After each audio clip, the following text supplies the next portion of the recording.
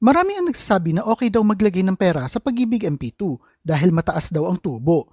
Ito ay parang magic wallet na pinapalaki ang pera mo habang natutulog ka. Ang sarap pakinggan, di ba? Pero teka lang, bago ka maghulog, kailangan mo munang malaman ang mga bagay na hindi sinasabi sa'yo. Dahil kahit ako, palagi kong sinasabi na mag-invest sa Pag-ibig MP2 sa mga videos ko. Yun nga lang, may other side na gusto ko ring iparating sa inyo. Dahil kahit maganda ang Pag-ibig MP2, hindi ito ang all-around solution. At kung hindi tugma ang sitwasyon mo, baka hindi mo makuha ang results na inaasahan mo. So ngayon, pag-uusapan natin ng real talk ang version ng Pag-ibig MP2 na hindi sinasabi ng iba. At dito malalaman mo kung para sa iyo ba talaga ito o baka naman another sounds too good to be true na naman ito na hindi pala bagay sa iyo at sa mga financial moves mo. Una, let's crush the biggest myth. Hindi guaranteed ang tubo sa Pag-ibig MP2. Hindi ito fixed interest. Dividends ito. At ang dividends ay tumataas at bumababa. Kaya may taon na mataas at may taon din na hindi impressive. Kaya kung ang mindset mo ay laging nasa 7 o 8%, expect disappointment. Pag-ibig MP2 is a long-term tool, hindi ito jackpot machine. Kung ang personality mo ay gusto ng predictable at fixed interest, baka mas okay na maglagay ka na lang ng pera sa mga bonds o time deposits. At ito pa ang isang nakakalimutan ng mga tao. 5 taon na nakalak ang pera nila sa Pag-ibig MP2. Ito ang reality na nakakalimutan ng mga tao. Nag-MP2 sila na para bang nag-open lang ng isang normal savings account. Pero pagdating ng emergency, doon nila naalala na hindi pala pwedeng basta na lang nila i-withdraw ang pera nila. Although pwede naman mag-early withdrawal, pero may mga conditions at minsan nababawasan pa ang earnings mo. Kasi kung ang pera na ilalagay mo sa Pag-ibig MP2 ay pang-emergency mo pala, stress at hindi dividends ang makukuha mo. Ngayon ay pag-usapan naman natin ang personality. Hindi lahat ng tao ay pang long-term game. May iba na super mabilis mainip. Gusto nila ay may progress kagad, may results kagad at may kilig sa investments. Kaso hindi ganon si Pag-ibig MP2. Dividends come out annually at yung growth ay mararamdaman mo after the full 5 years. Kaya kung ikaw yung tipo ng tao na gusto ng instant result, baka masira lang ang momentum mo dito. Pero kung ikaw naman ay long-term player na kaya maghintay at hindi ka mabilis ma-frustrate kapag walang instant updates, Pag-ibig MP2 becomes a friend. Ang tanong, ano ba talaga ang temperament mo pagdating sa pera? Gusto mo ba ng instant result o kaya mo maghintay long-term? Ngayon ay pag-usapan naman natin ang consistency. Hindi naman required na maghulog monthly sa Pag-ibig MP2, pero kung gusto mong sulitin ang MP2 benefits, hindi pwedeng bahala na lang. Marami ang nagsisimula na sobrang desidido, yung tipong gustong-gusto talaga nila makaipon ng malaki, pero after 3 months ay busy na, wala na sa focus at hindi na makapaghulog. Ang resulta, kulang-kulang yung hulog nila sa loob ng 1 taon, kaya maliit lang din ang kinita ng pera nila. Although hindi naman talaga kailangan na malaki kagad ang hulog mo, kahit nga 500 to 1,000 pesos per month, basta tuloy-tuloy, solid pa rin yan.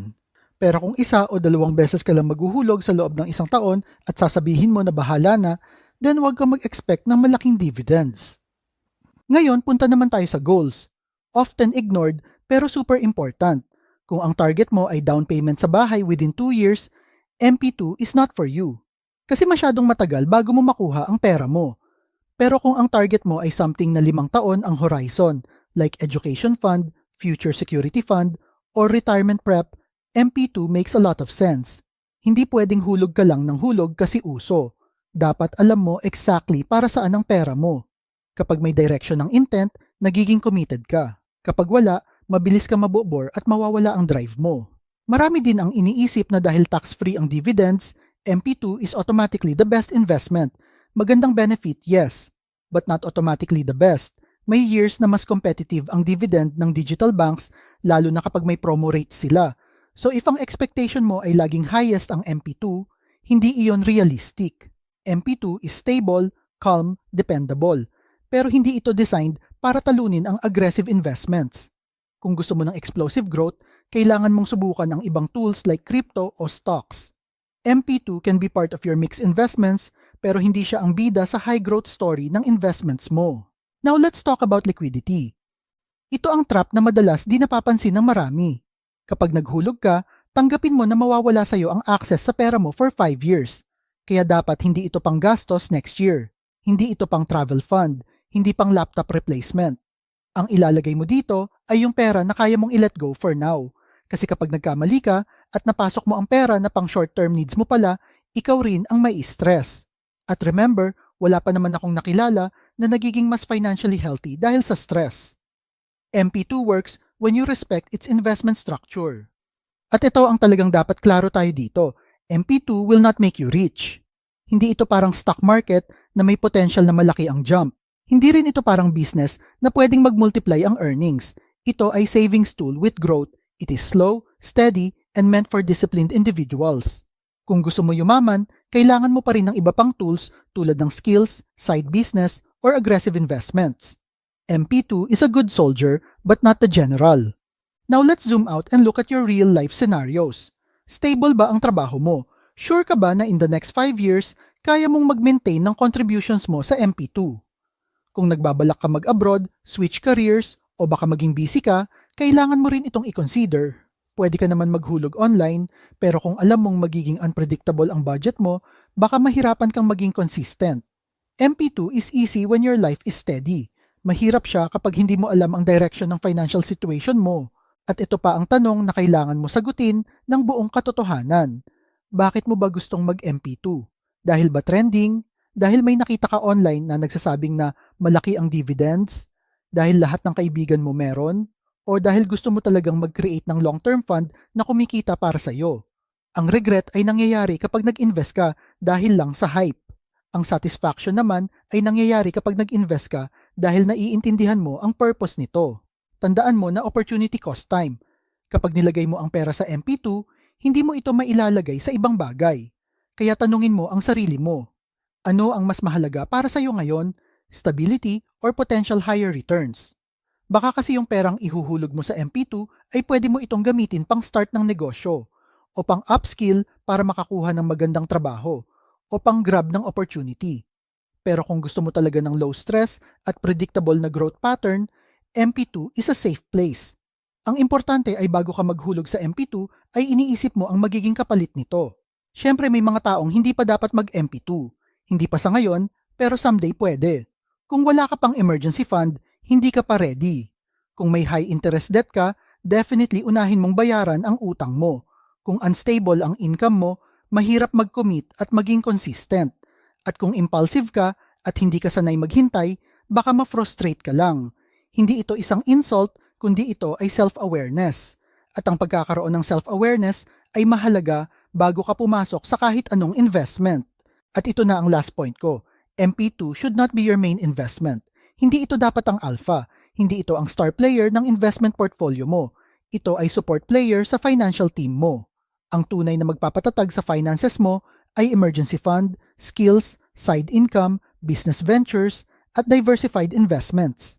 MP2 is the quiet growth in the background.